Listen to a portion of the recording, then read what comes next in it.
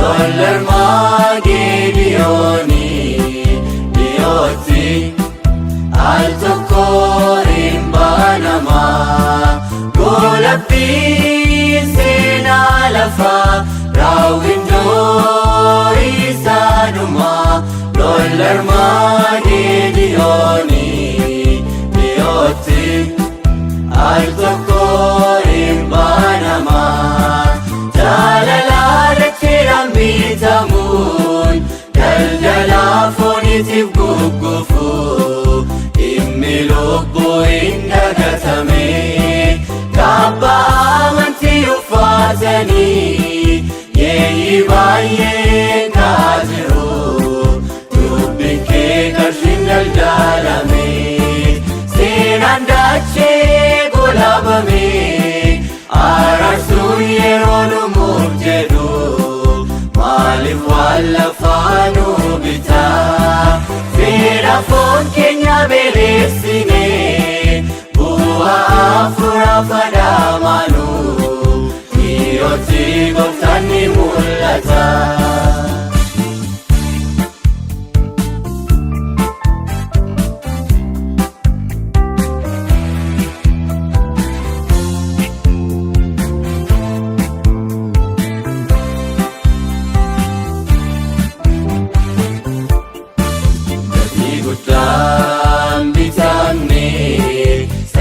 Salphatasiin nun geenye eenyus wabii nuuf darbee kan nurraa baasuun dandeenye erganni nuuf qopheesse iddoo sabaa baraa nus kottaasaaf hojjennaa dachee abbiisamurraa iji dhaalota kanaa jaame namoonni hedduun guyyoomfamanii isaan dhugaa kana nu hubanne sammuun bu'aa dacheetiif jedhee yemmutti ofiisaa gurguru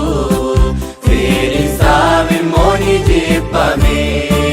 yeroo haalli hundumtuu ulfaate torri uumamas jijjiirame qajeelchi kee yommuu jaallatu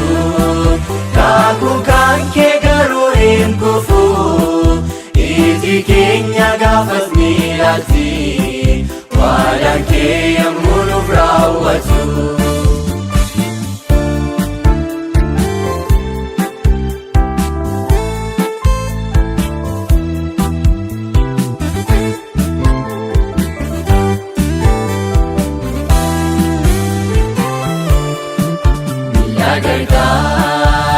Gargaarirame kan bifa fakkeenyicha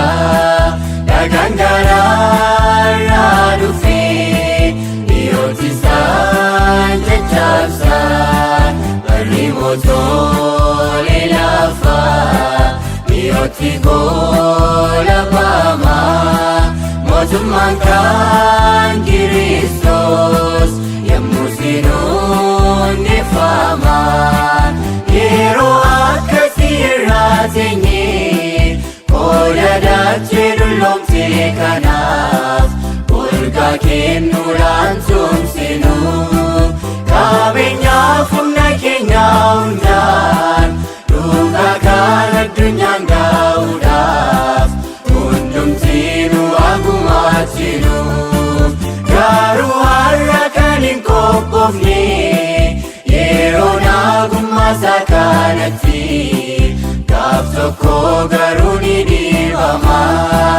qilleensi golee lafaarfanii yemmutti inni gadi dhiifamu gaafa seenaan dacheen cuufama.